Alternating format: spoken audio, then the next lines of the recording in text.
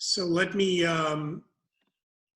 welcome you all to our virtual cocktail Judaism in our sheltered places. We're going to be talking tonight about Passover, the festival of freedom. And for those of you who don't know, I am Rabbi Dennis Sasso of Congregation Beth-El. I'd like to welcome all Beth-El members and families and friends to our conversation this evening. Those of you who were with us during the interview with Ron Klain will remember that he referred to Pesach as the first lockdown holiday because according to the biblical story, the Israelites were told to stay put in their homes that night, the eve of Passover, so that the last plague would not strike the homes of the Israelites. And that strikes an interesting note because it is from there that we get the name of the holiday, Pesach. And the reference to that evening is it'll be a Leil Shimurim.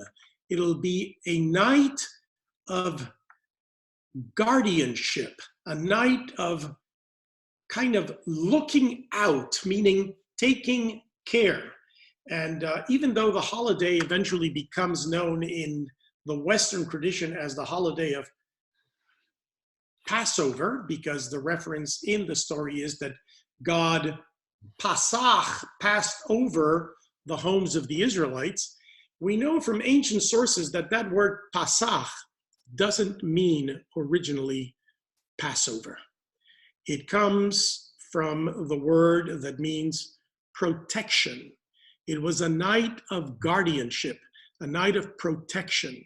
And that is how the name Pesach is translated in the earliest translation of the Hebrew Bible into another language, into Greek, the Septuagint.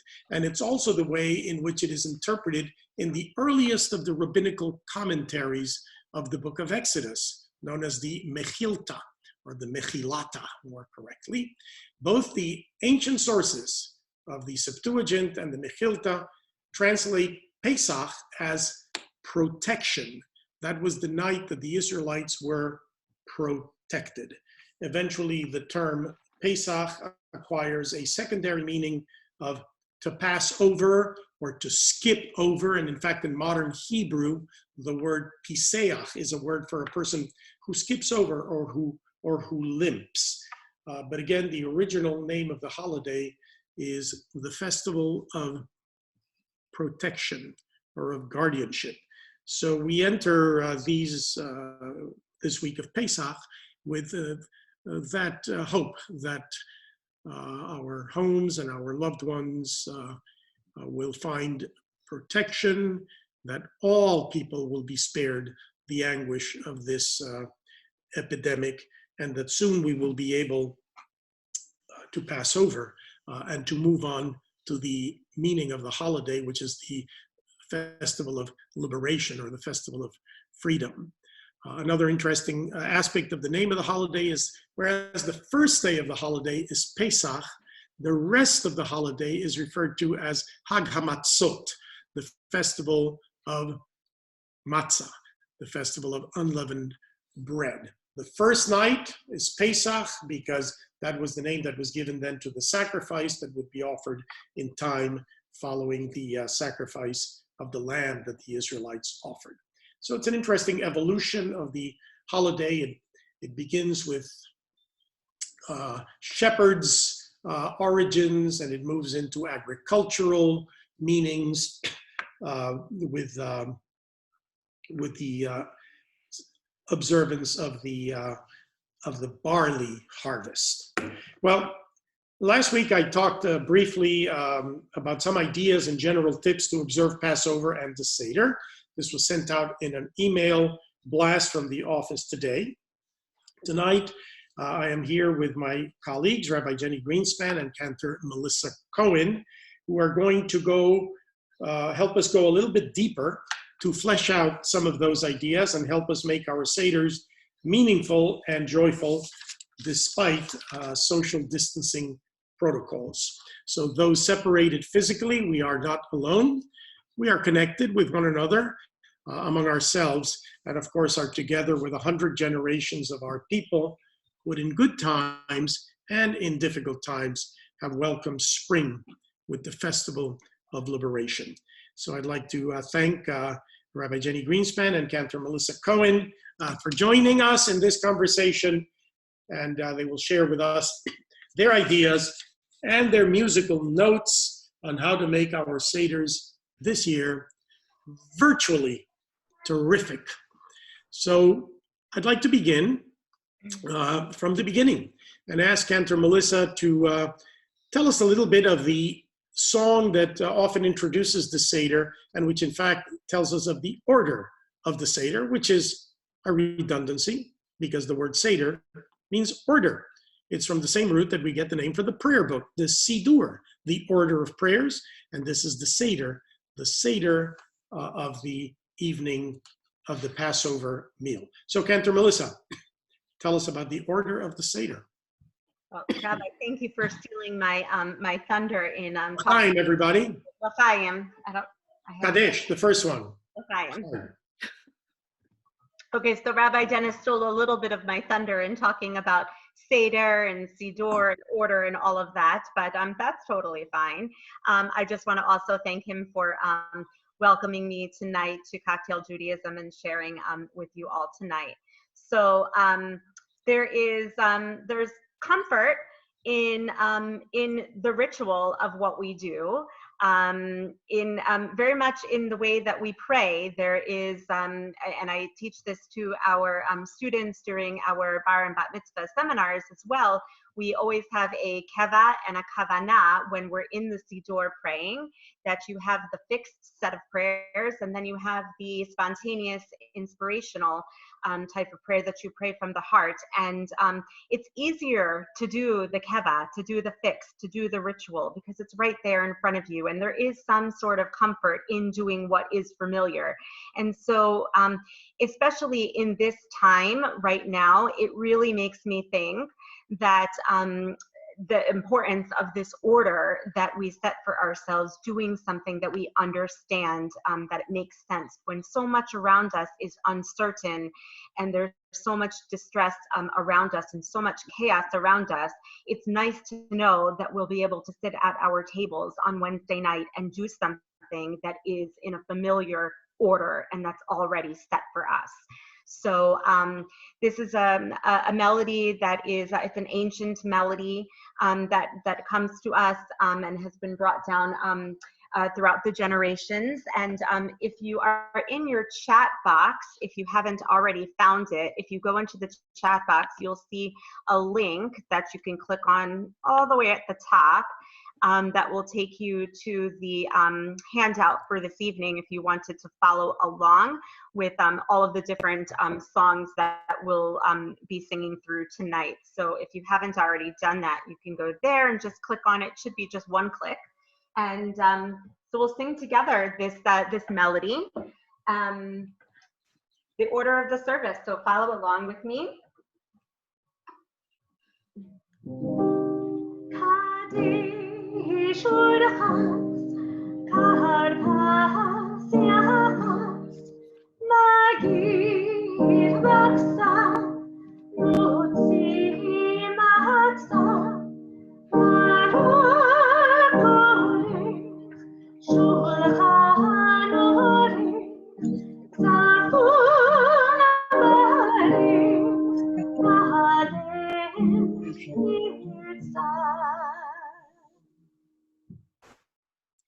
Thank you. It's a lovely melody, and it can be used at other moments in the Seder as well. It's the ancient Babylonian style of studying the Talmud and rabbinic literature. So, Rabbi Jenny, we are setting our Passover tables, and we go into our pantries and we discover, I thought I had this, but I don't have it, and I can't go to the supermarket. I'm in social isolation. What do we do? Tell us about how to set the Passover table at a time of social distances and not as many recourse to resources. Well, first of all, thank you for also, I want to Cantor Melissa's gratitude for inviting me to share with you in Cocktail Judaism, usually your animal, and excited to join you on it and share some ideas. And yes, setting the Seder plate, I think, is one of those moments that brings so much comfort in ritual and yet can feel really difficult and disordered right now.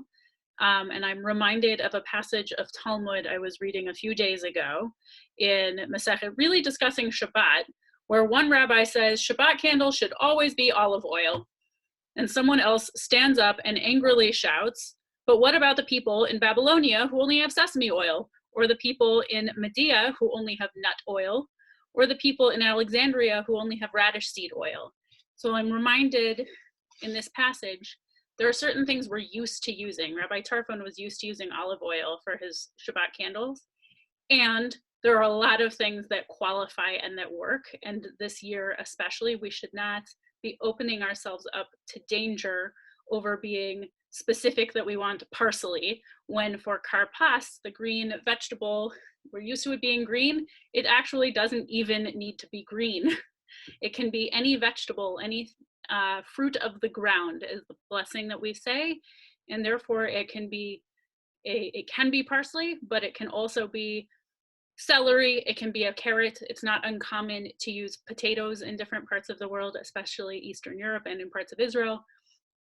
Any vegetable, any fruit of the ground will cover your karpas. So if you find any vegetable in your refrigerator because you realize you forgot to get parsley on your one trip out with your mask to rush to the supermarket, it's okay. You can substitute any veggie.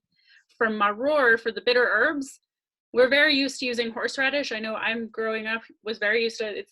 It comes in a jar, it's got some beet coloring, and you have to look for the one that has the Passover texture so it doesn't have the vinegar that's really enough.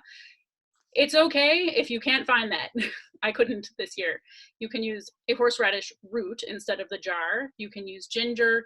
You can even use the bitter stalk of romaine lettuce. It really, for maror, it should be anything that has either a sharp or a bitter flavor.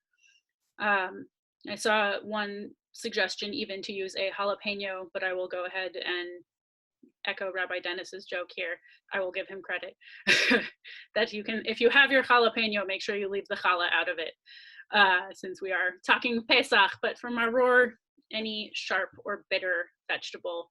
The centerpiece of romaine lettuce is actually very common in parts of the world also, and it's probably a lot easier to find than your jarred horseradish, which is about $18 ordered on Amazon right now. Don't bother, use some lettuce, it's okay. And then lastly, that's one of the ones I was gonna suggest substituting is for the bone, the roasted lamb shank. I've seen anything roasted. Beets was a common substitution for something roasted. I've seen using chicken bones as a common substitute for another bone. If we can't find those, especially if we're a little more limited in meats in general, I heard a couple of days ago that Empire will have to slow its production after Passover as well.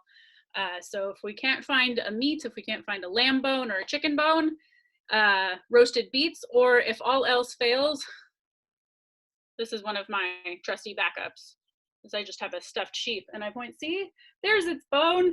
So this is into my own little humorous. This is also a good way to engage any kiddos that might either be physically present with you in your household or who might be on screen, because as you can see with me doing it, it's very cute. Just be like, look, here's my sheep.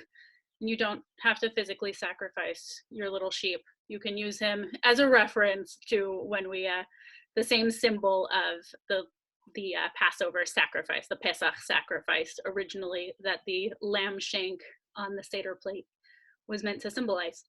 So there's a couple of suggestions to substitute. That's terrific. I remember the old song, Jenny had a little, well, okay. So here is a Passover plate that one of my grandkids did a few years ago. Make sure you pull out all those things that you have in the basement or in the closet and enliven your Seder. There's a little cup of Elijah. We'll talk about that a little bit later. If you can't find parsley, I've heard that you can play some Elvis music, and you can have some Elvis parsley. I'm already getting thumbs down. Melissa Jeba, for that yeah. one. Ken or Melissa. Okay, now we're coming to the Magid, to the narrative of the Seder, and perhaps the best known moment is the four kashas, as they're called in Yiddish, or the four questions. I'll let you in on a little secret that I already talked about before Cantor Melissa teaches us some melodies.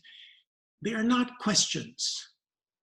Ma nishtana halayla hazeh. Ma there does not mean why is this night different. It means how different is this night from all other nights. It's an exclamation. It's a statement of surprise. Wow, look at all this stuff. How different is this table from all other meals, from all other dining experiences? Because on this night we do this, on that night.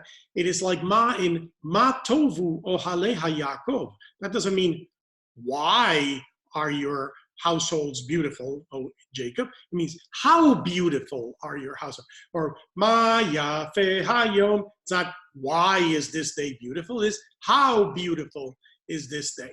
So it's not a question, it's an exclamation. Put an exclamation sign, an expression of surprise.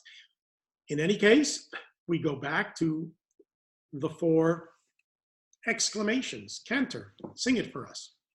Well, so there's, believe it or not, there are actually two melodies. So the one that most of us are familiar with is the one that you will all probably sing at your tables this year.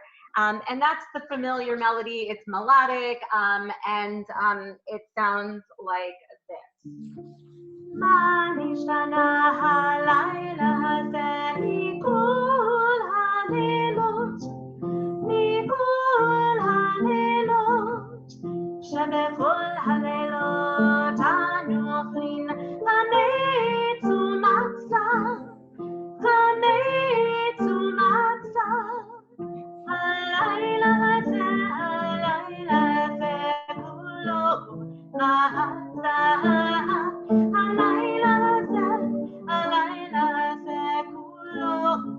matzah. And so forth. And so just by a show of hands or likes, is that the melody that you all grew up with or sing at your table? Yes? No, Jenny Carmen is shaking her head no. I'm so curious to see what is the melody. Can she unmute herself so that I can hear what melody she sings? I can. Well, being the youngest of 5 children, it was my honor to do 4 questions every year growing up. And I learned a tune when I was really young. I don't know where it came from. Ma nishtana halayla hazeh nishtana mikol haleilot. Ma nishtana halayla hazeh nishtana, whatever, you know. Wow. Okay. Have you heard that one? So I've heard that melody, sure. Yep, she's giving a thumbs up. That's the one she knows. Anyone else have a different melody that they grew up with or know for Ma nishtana? No, yes? Okay, so I'm going to Same in South Bend. Yes, Buddy, what do you know? It was the same in South Bend at our Orthodox synagogue. What did you sing? The exact same that beautiful Jennifer just said. I love it. So, Rabbi Dennis mentioned earlier the Babylonian style of singing in the Talmudic way, and so many of you might already know that the Talmud, of course, is written not in Hebrew, but it's written in Aramaic, which was the vernacular of our time, and the Haggadah is also written mostly in Aramaic as well.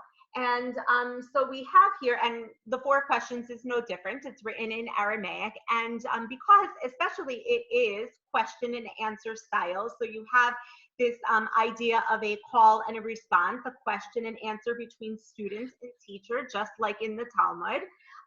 There was a way of interacting between student and teacher, and so this is a very popular melody, and it's also probably of ancient origin as well. So it sounds like this. Ma Has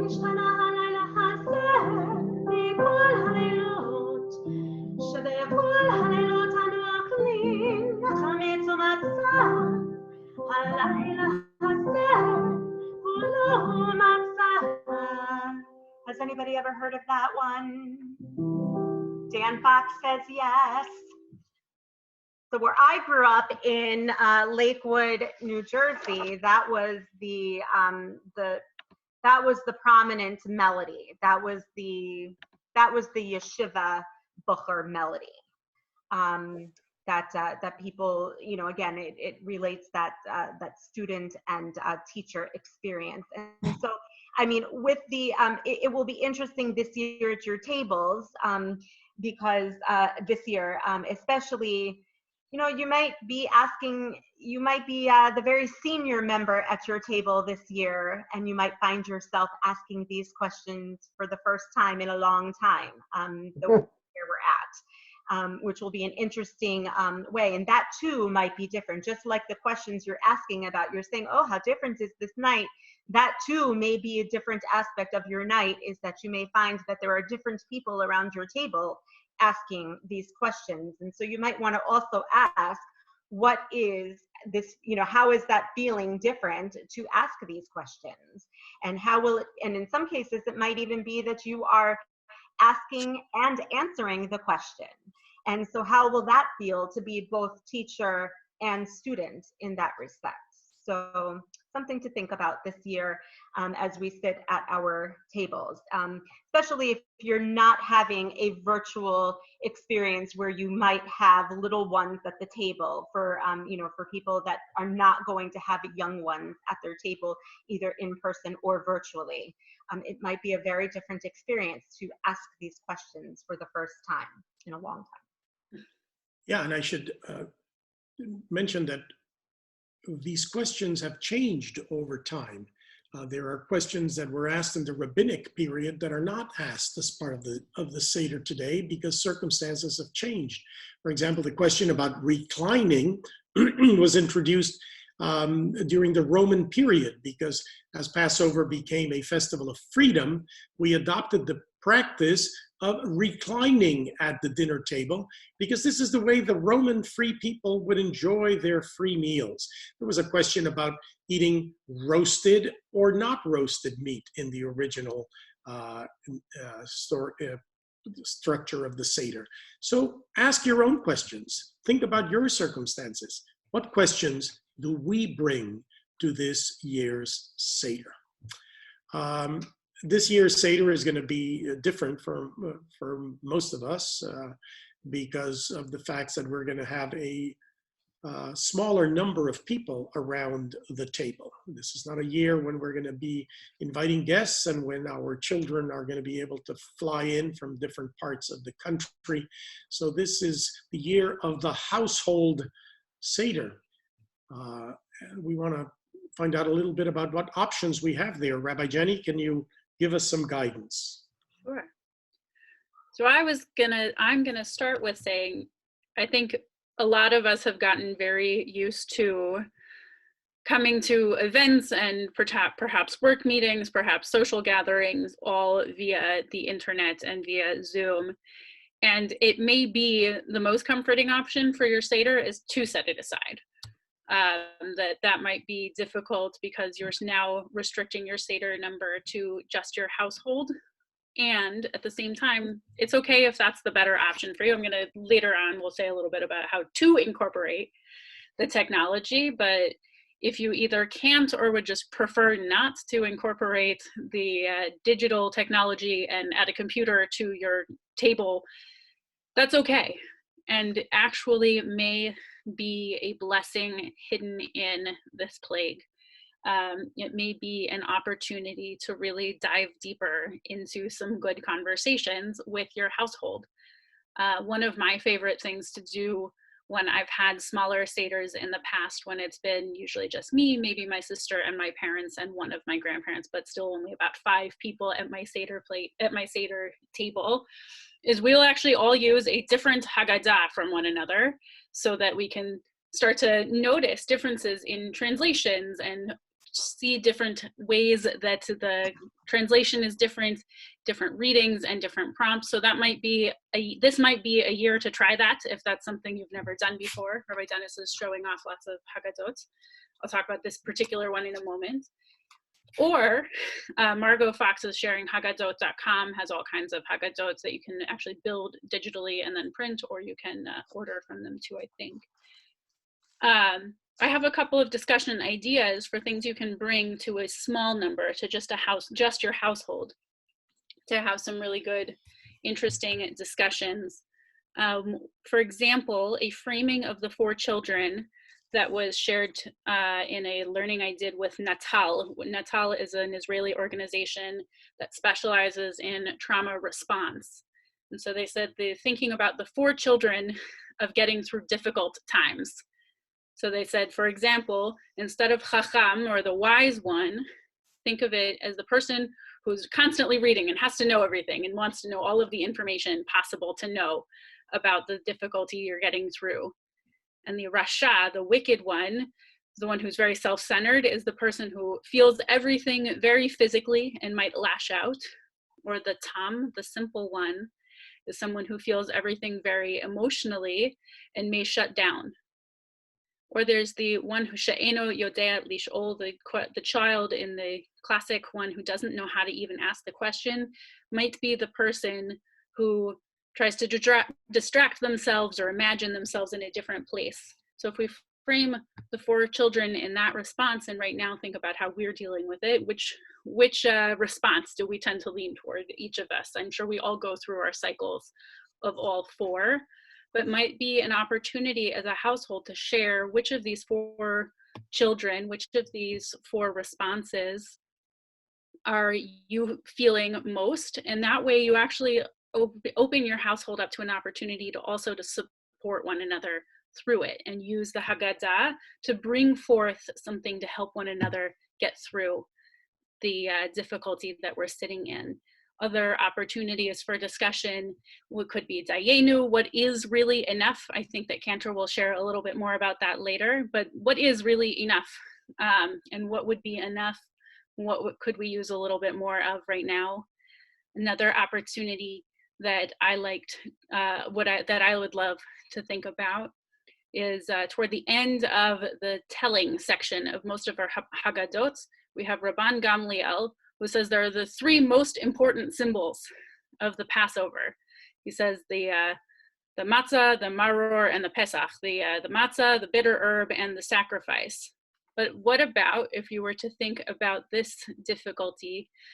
If we think about it, the Israelites suffered a difficulty and then turned their suffering into a story with symbols that eventually became a joyful holiday of freedom that we celebrate now. So if you were to think about the story the suffering that we might be living with right now, and flip it into a story, and what are the symbols that we could use to hold on to it? So that could be another opportunity to think, what are the most important things about the Passover Seder to you? And what are the most important symbols that you would want to carry out as we go forward?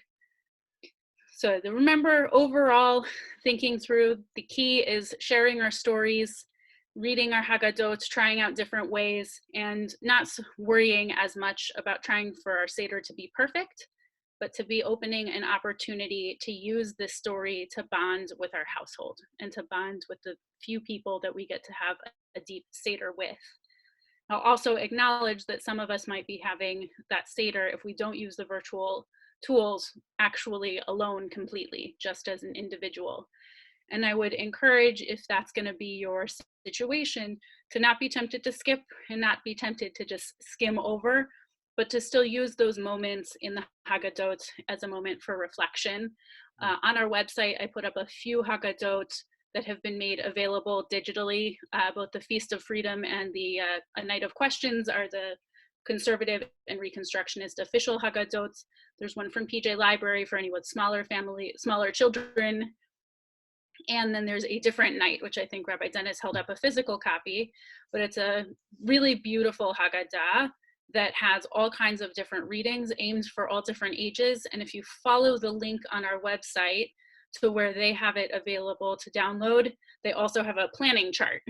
so it'll highlight the readings that are appropriate for different ages.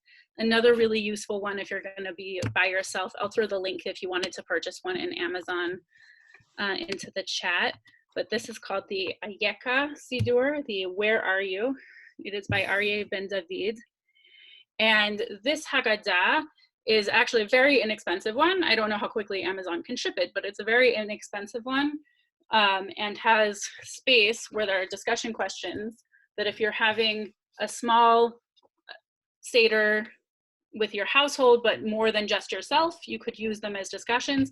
But if you are spending your Seder just you could use it as a Seder journal, and you could actually still find a way to encounter the story and to encounter yourself and have that same opportunity for a deeper dive with yourself, as well as those who might be spending it with just a few people in their homes, just their household, could have a deeper conversation with one another. So there's a few discussion ideas and lots of Haggadot options. Pass it back. That's very rich options.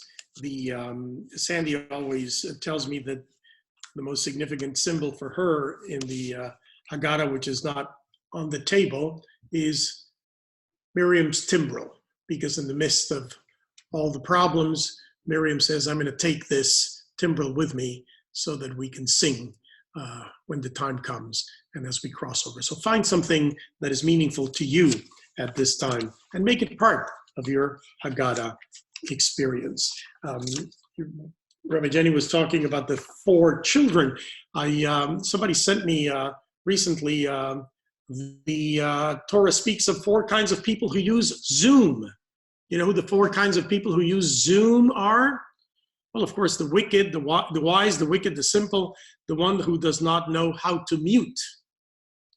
The wise person says, I'll handle the admin feature controls and chat rooms and forward the cloud recording transcripts after the fall. That is Jackie Goldstein. She handles the Zoom. And then the simple person says, hello, am I on? I can't hear you, but I can see you. That's me. Don't know what's going on.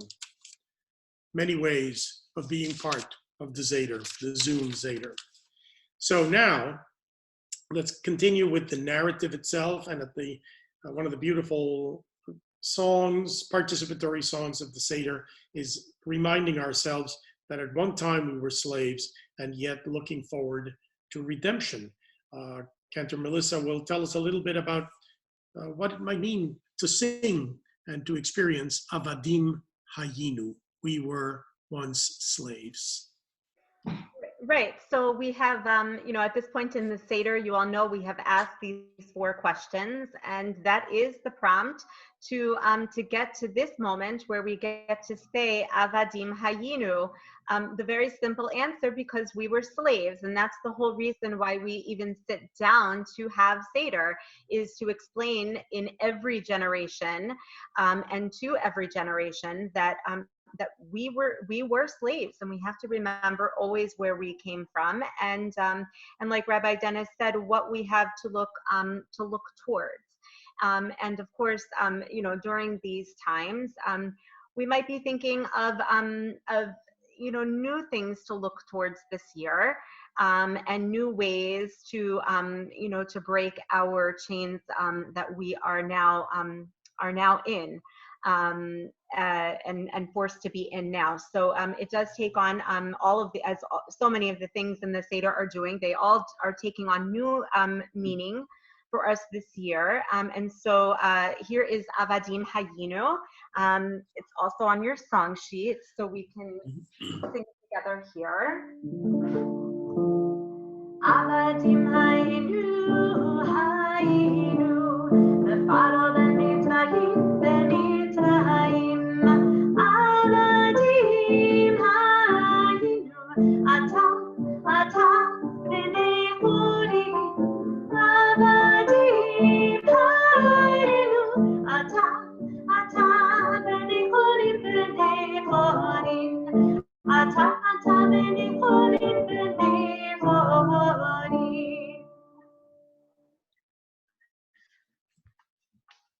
And so, again, just even in these times, it's important to remember that that we live here today in freedom, and so to just always remember that message, even is in this generation. And we'll talk a little bit more about this when we get to Dayenu. And that's where we're heading, because of all the songs of the Seder, I think that the best known and the one that comes to mind is Dayenu. Dayenu is part of a long litany that is part of the Thanksgiving expression of the Seder. And most people think that the word Dayenu, because that's the way we use it in kind of colloquially, Dayenu, enough, I don't want any more. Dayenu, enough.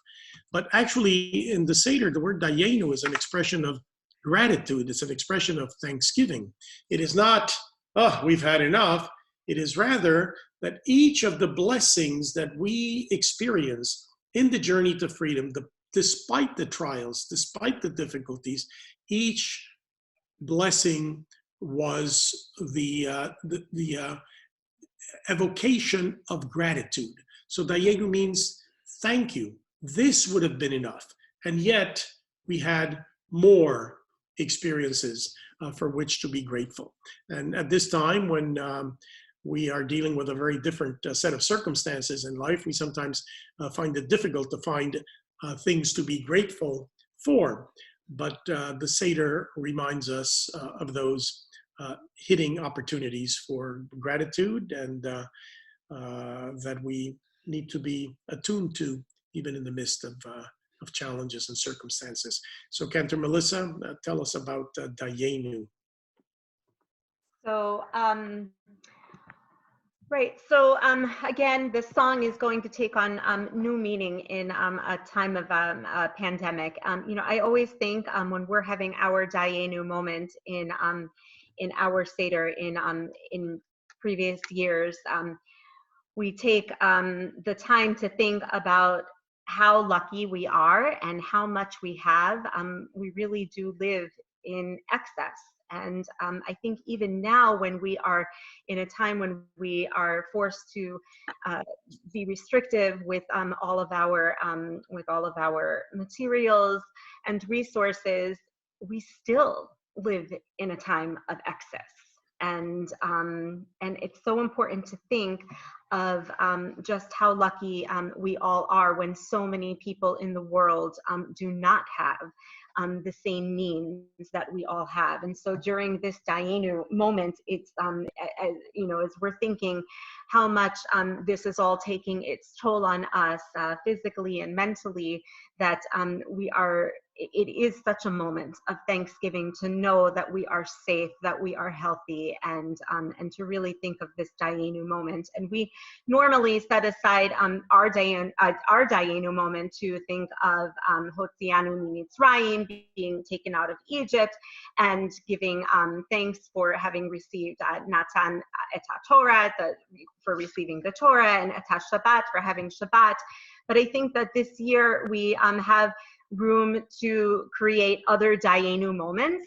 And certainly when you are singing through your Dayenu, you can add to that whatever it is that you think would be appropriate. And those of you who are going to have little ones at your table, either in person or virtually, I think it might be a nice opportunity to ask them what they think is a Dayenu moment for them. And it might be interesting to compare what is Dayenu for a child and what is Dayenu for, one of the more senior members at the table. You'll have to forgive me. I'm going to quote Rabbi Lin-Manuel Miranda here. He does have an honorary degree from Yeshiva University, so it's legit. But he wrote a beautiful song in the show Hamilton for Eliza Hamilton. And she sings, "How lucky we are to be alive right now. Look at where we are, look at where we started. The fact that we're alive is a miracle, and that would be enough." And I just think, wow, that's Dayenu. And so that's what I'll be thinking about this year at our Seder table. Is when I think about Dayenu, I think about we're just here together, able to sing Dayenu. and able to have our Seder with plenty on our table. So let's sing Dayenu.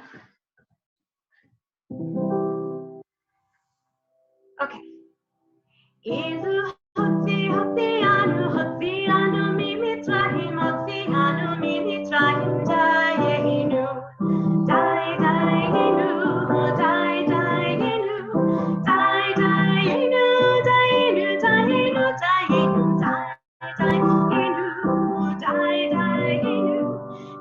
dayenu dayenu dayenu ilu natan natan lanu natan lanu etatora natan lanu etatora dayenu dayenu dayenu dayenu dayenu dayenu dayenu dayenu.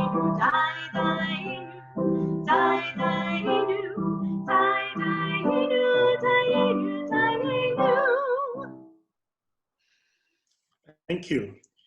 And as we sing our Dayenus, of course, we need to be conscious of those who are not enjoying the same opportunities for grateful Dayenus, and obligate ourselves to do what we can to be supportive and to be present, even virtually, and to be of assistance to friends and family, our community, and to the nation and the world in ways that we can make ourselves felt and helpful, so that everybody may have an opportunity to say Dayenu. The blessing of Thanksgiving that Cantor Melissa expressed in Dayenu is part of the whole Birkat Hamazon, the blessing after meals that comes after the meal. And in the Sephardic tradition, there is a beautiful brief song known as Bendigamos. It is the melody that inspires also the chanting of the Song of the Sea in the Italian and Sephardic tradition. And this is the blessing that my grandfather and great-grandparents used to sing at Shabbat tables and holiday times, including the Seder. And I'm going to try to chant a verse or two for you. It's written in Spanish. This is not Ladino. This is the Spanish of the Western Sephardic Jews. Ladino is the language that was developed by the Jews who went to the Ottoman East. So as my grandfather would sing, the Bendigamos, which is a blessing after meals, in the Sephardic tradition goes like this. Bendigamos a el Altísimo, al Señor que nos creó. Démosle agradecimiento por los bienes que nos dio. Bendita sea la casa esta, que nunca falte en ella fiesta, tarde, mañana y siesta, a todos los hijos de Israel. Odula Adonai ki tov, Odula Adonai ki tov, ki leolam asdo. Thank you for letting me do that. It's been a while. And as part of the Thanksgiving, which is this moment in the Haggadah, Hallel is introduced with the same refrain, Hodu la'Adonai ki tov, let us give thanks to God for those things which are good, or for God is good. So Cantor Melissa, tell us a word about Hallel, and then we can engage in some questions from the participants. So during this section, you can certainly be creative. Customarily, you would sing from the Psalms. This one, Hodu l'Adonai ki tov, ki leolam chasto, comes from Psalm 118. And you'll find it in the regular set of Hallel verses that we would sing during services as well. But you can be creative here during this time in your Seder, and you can sing any song that makes you happy. I love the idea that Rabbi Sandy reminds us, and I love that concept too. Like, here they are in the middle of the desert, and Miriam, what does she bring? She brings the timbrel. I love that, because it's time to sing, and Hallel is that time. That's time to sing. So it's time to get out your timbrel. It's time to get out your dancing shoes and your singing and your singing heart, and it's time to sing and to sing those songs to God. And so that's what this is. Hodu ladonai ki tov, that you give praise to God, and the praise is good. And hallelujah, of course, you should know, hallel, right, means to praise, and yah means is the derivative for God, and so you're praising God. And so that's what all of these forms of praise come from. But any song will do. This is appropriate to sing Miriam's song. You can sing a song from really any song that makes you happy during this time. A song of freedom that would make you feel good during this time. So the one that we sing during our times that we do Hallel during services, just the very opening sounds like this, and it's also a call and response. So it goes like this. Hodu ladonai ki tov. Then you would respond with me. Ki le'olam chasro. So it's very simple, and then it goes on to the rest of the words in the psalm go on, but it is that call and response. And I love this concept in Hallel that as one people we can sing together in this generation, in all generations, that we, even during these times, will continue to sing our praises to God. Thank you. Just a reminder that we should not forget to put on our Seder tables the kos shel Eliyahu and the kos Miriam. Miriam's cup we filled with water to remind us of the well that sustained our ancestors during the trajectory, and the kos shel Eliyahu, the fifth cup, which is the cup of promised liberation and redemption. Before we turn to some questions, I'd like to ask briefly Rabbi Jenny to give us a few more technical Zoom tips about how we might connect during this Seder. So, there's a little bit of a more technical section, and some of you who have been doing more meetings and social gatherings might be able to add even a couple others. Ones that come to my mind is, first, as much as we may be tempted to have all 30 or 40, as some of the larger Seders I have heard of, be on Zoom at the same time, it's actually probably for the best to limit, but still have a good number on for discussion and for reading along, but also not so many that you can't see everybody in gallery view. It can get very confusing to be going back and forth between the gallery views. So I don't have a particular number. You will have your own particular numbers.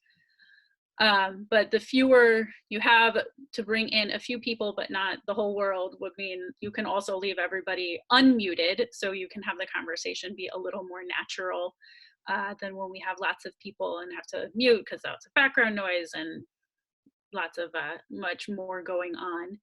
It's also often easier, I have noticed, to use the computer versus a tablet. So if you have a laptop, that's probably the easier thing to put on the table, because the feedback noise is less. Your own talking doesn't echo back into the device quite as badly on a computer as it does on an iPad, which also allows you to keep everyone unmuted.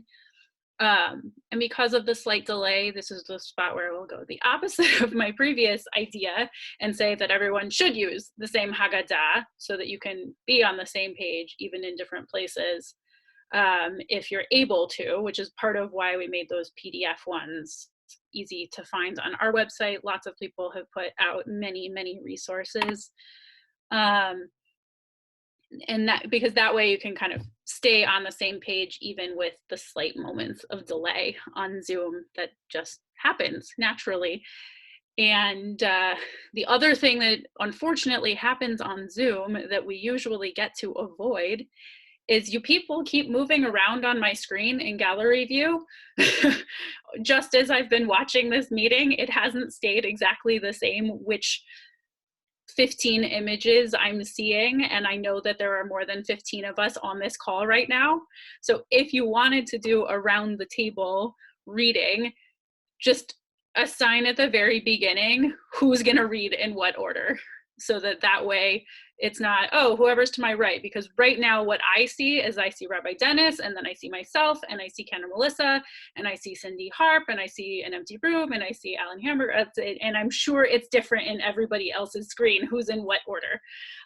So rather than trying to keep track, just assign in order. You can send it to everybody. You can state it at the beginning, assign in order, and that way you're able to keep it flowing a little bit better. It also helps if one person is keeping track of what other readings you might want to pull in from the rest of your Haggadah.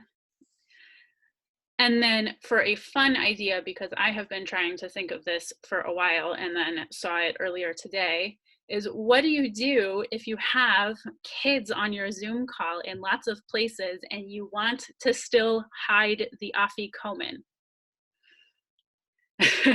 And I have been wondering about this, and an idea I saw today, if anyone else wants to add any other ideas in a moment when we open for questions, I'm open to them, but is that the leader picks a place in the world or in the United States or maybe in your neighborhood and screen share a map and invite everyone to do kind of 20 questions style, yes or no questions to the leader to figure out where is it. If you're giving a map of the United States, you can say, is it on the East Coast or on the West Coast? Is it in the Midwest? Is it in the South? And then narrow it in. Oh, is it south of the state of Michigan?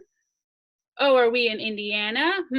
Are we in the middle? Are we in South? And then people can kind of narrow it down, and the leader can kind of hide the afikomen in that way. If anyone has other ideas, I'm wide open to them, but that was the best one I have seen so far. So those are some of the tips to kind of keep it organized on Zoom, both the technical that I am also discovering as I've done more and more meetings on Zoom in the last few weeks, and a way to still have fun with one of the most cherished, in my opinion, Pesach traditions that is one of the hardest to shift onto the internet. So that's what I've got for now. Thank you. We've covered a lot of ground tonight, and I'm sure there are things in your mind that may not have been covered, and we want to spend at least 10 minutes or so that are left answering questions. Rabbi Jenny or Cantor Melissa, can you see questions in the chat section and lift them? You can either pose the questions or... If anyone has questions and you want to throw them into the chat, I'm happy to read them off for us and organize it that way.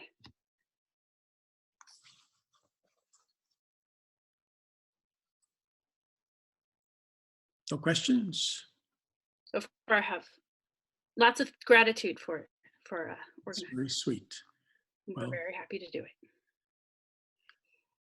Do you have any questions, Rabbi Jenny? Cantor Melissa, did we leave anything untouched?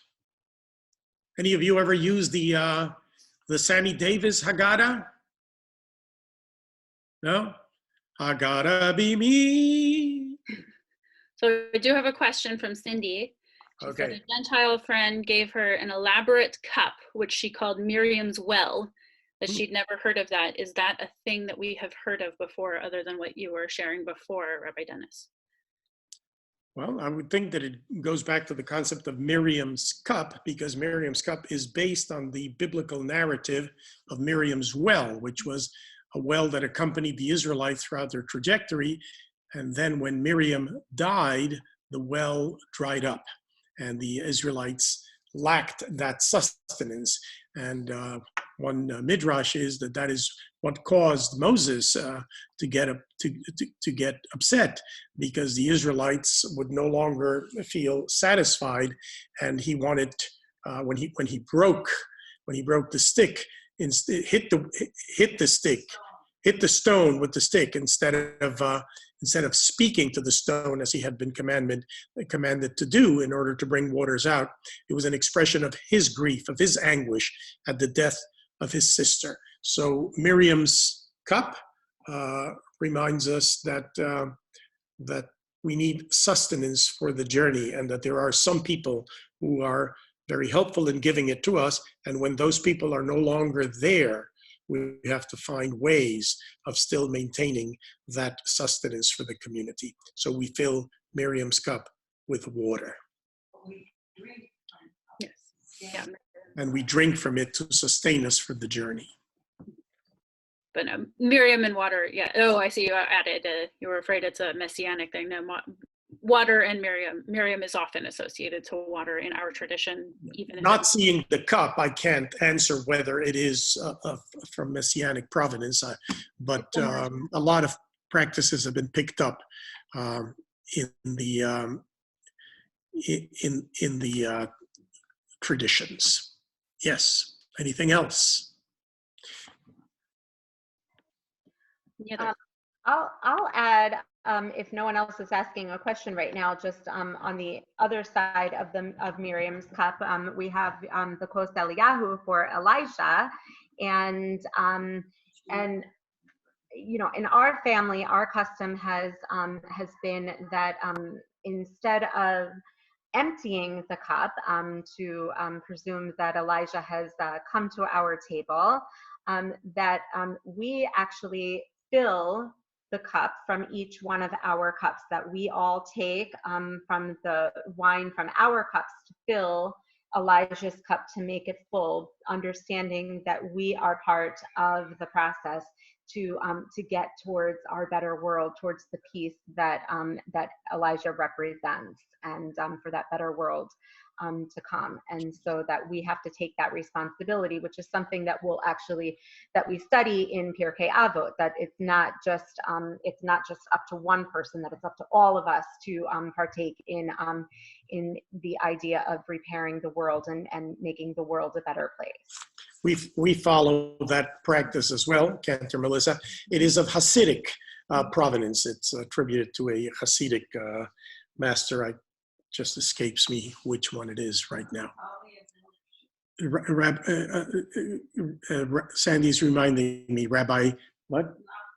Naphtali of Ropshitz is the Hasid, the master who introduced that practice. Thank you.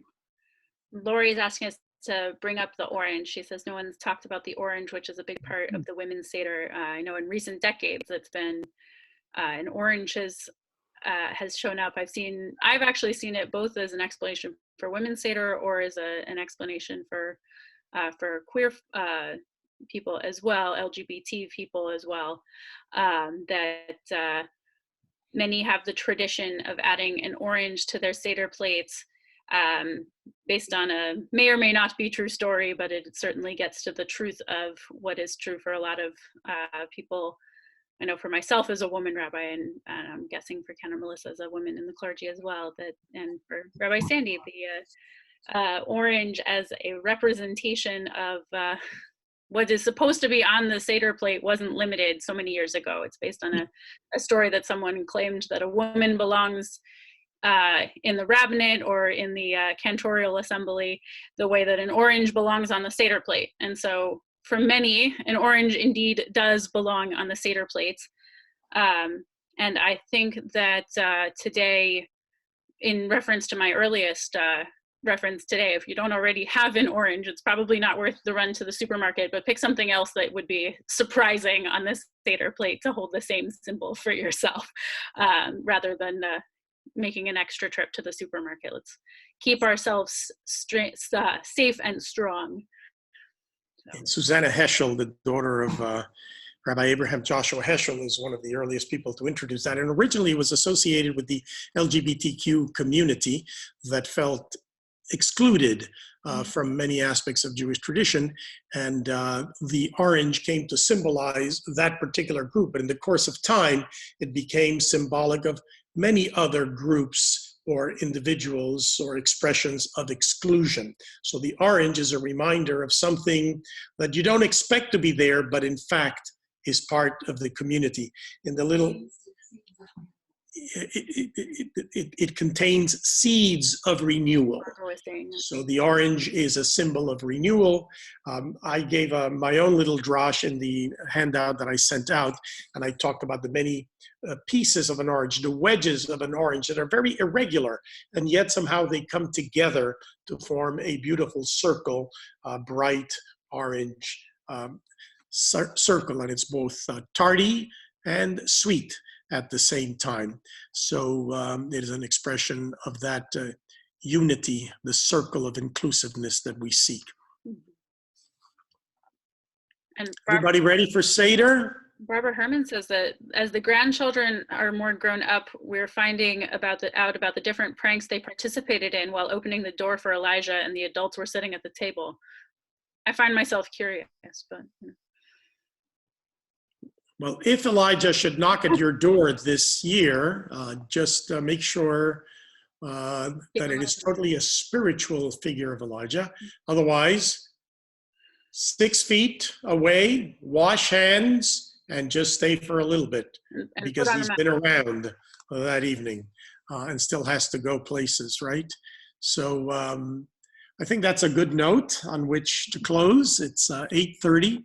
I want to thank Rabbi Jenny and Cantor Melissa for all these wonderful teachings and melodies, ways of enriching our Seder this year, and all of you for participating. And here's my my matzah kippah that can be used for this purpose, or if need be, for this purpose as well. Have a safe, enjoyable holiday, and may the seeds of liberation and redemption and promise of spring and of Pesach soon be enjoyed by all of us and by the Jewish community worldwide, by our country, and by the world.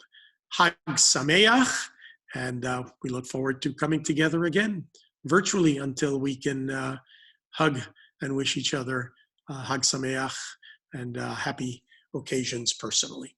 Thanks a lot. Thank you, Rabbi. Thank you. Hey, Quince. Thank you. How are you? Thank you. Thank you. Nice job, everyone. Bye. Bye-bye, Quincy. Hag Sameach. Thank you. Thank you. Thank you. Say thank you. Hey, Frank, you changed your name from Frankie to Frank. Yes, yes, I did. I see it. I'm going to have a happy Passover to you and your family wherever they are. Stay safe and stay well. Alan, and Sunday. Everybody stay well. Be safe. Thank you. Good night to all the family and kids. Thank you, Okay, thanks, Rabbi. Bye-bye.